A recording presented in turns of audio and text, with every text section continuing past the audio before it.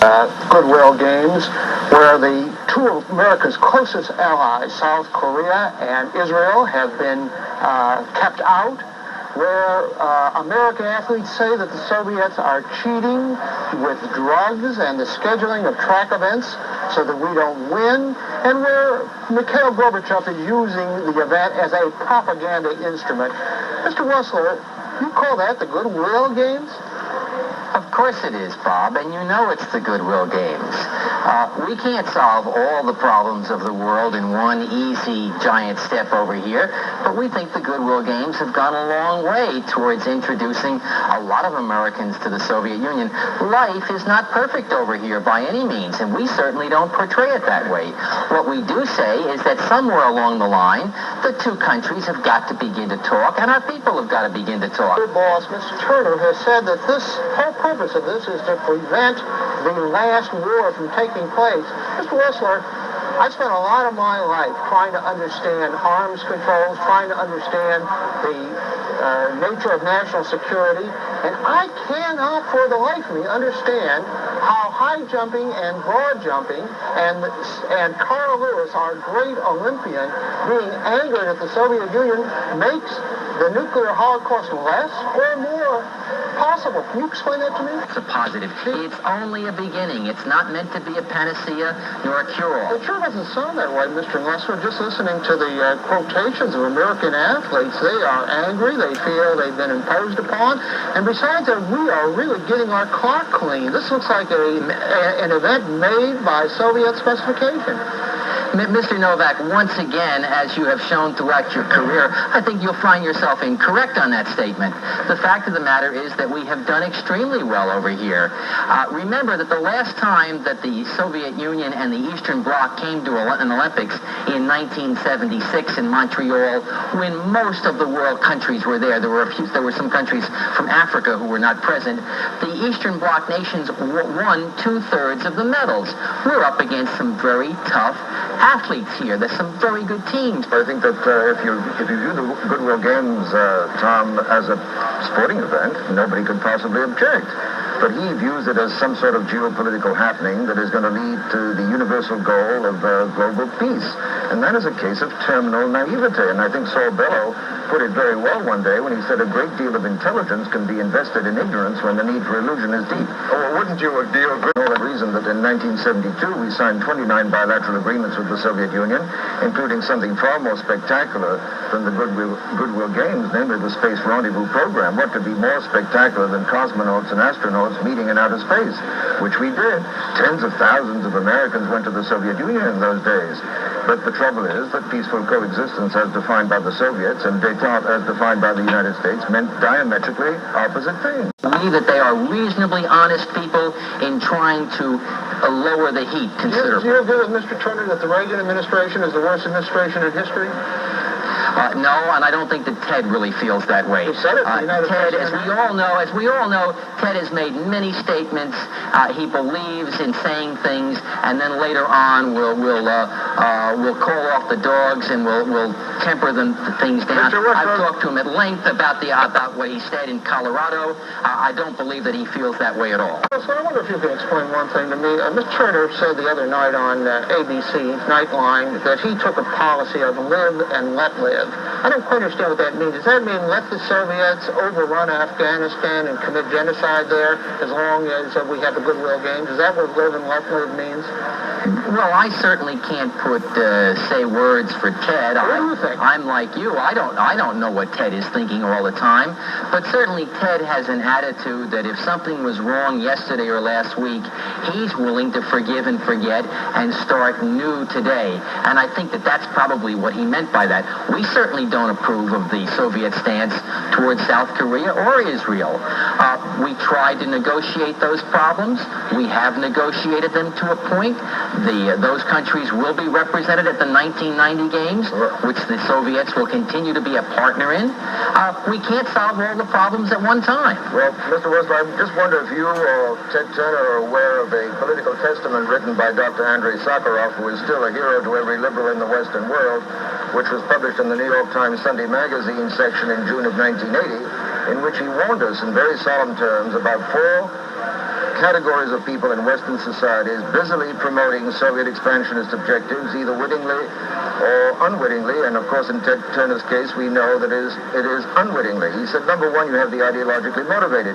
He said, my problem is not with those people.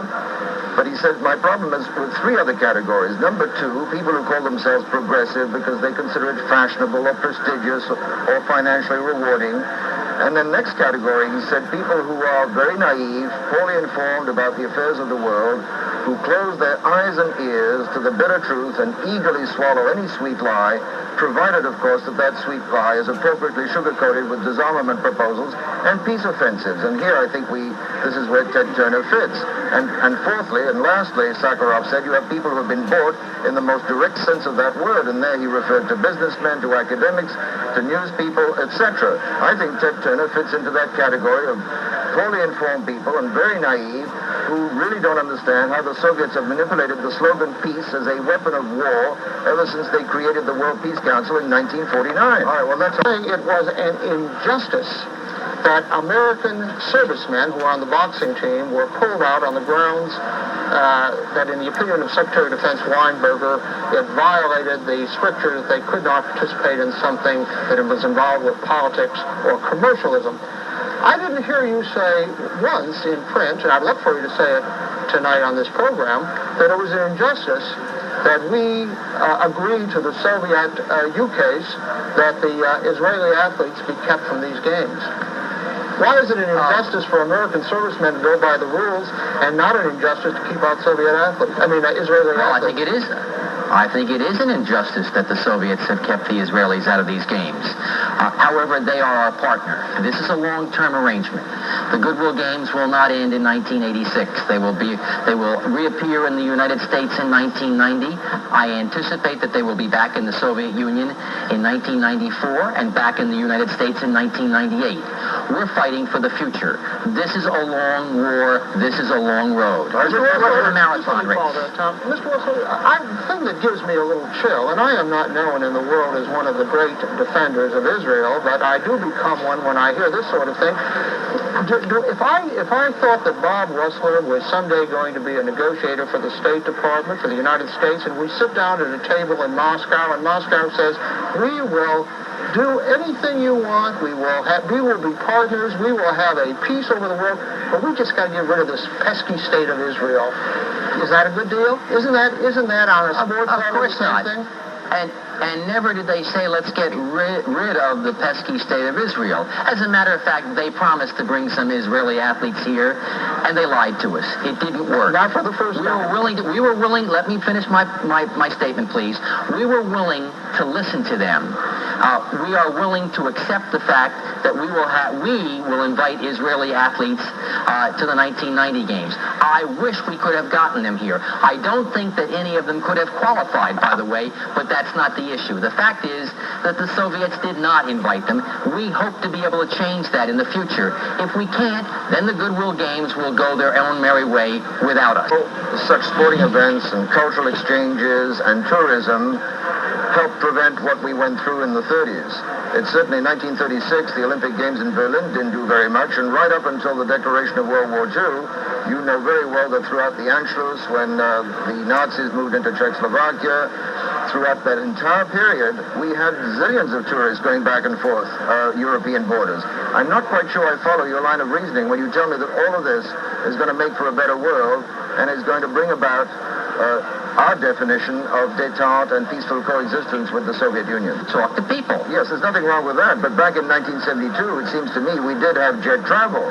And as you know, Mr. Nixon and Dr. Kissinger were hoping somehow to weave the Soviet Union into a web of mutual interest with the United States, which would somehow temper their third world behavior and discourage them from exploiting what was then our inevitable defeat in Vietnam. It produced no such results. As a matter of fact, they moved their Cuban proxies into Angola the same year that... We've had musicians and the ballet. Do you oppose this? I don't. What I oppose is what happened in Baltimore the other day during an international theater festival, which was also part of cultural exchanges, as you defined them, Tom, when Animal Farm by George Orwell, a classic, was withdrawn because of Soviet objections. All right. Bob, I think Turner is an American type. He's like Henry Ford was in 1915, I think it was, when he sailed on the peace ship. But there's nothing wrong with that. What's wrong with the games?